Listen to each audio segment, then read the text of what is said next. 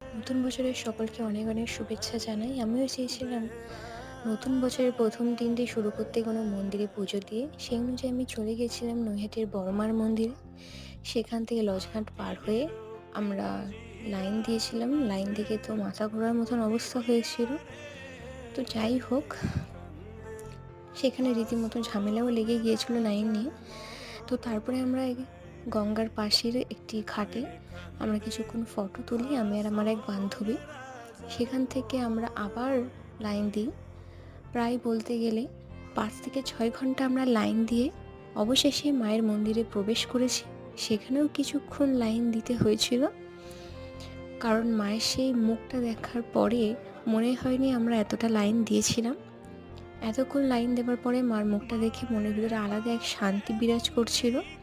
তারপরে আমরা সেখানে পুজো দিয়ে ওখান থেকে কিছু খাওয়া-দাওয়া করে আমরা বাড়ি ফিরে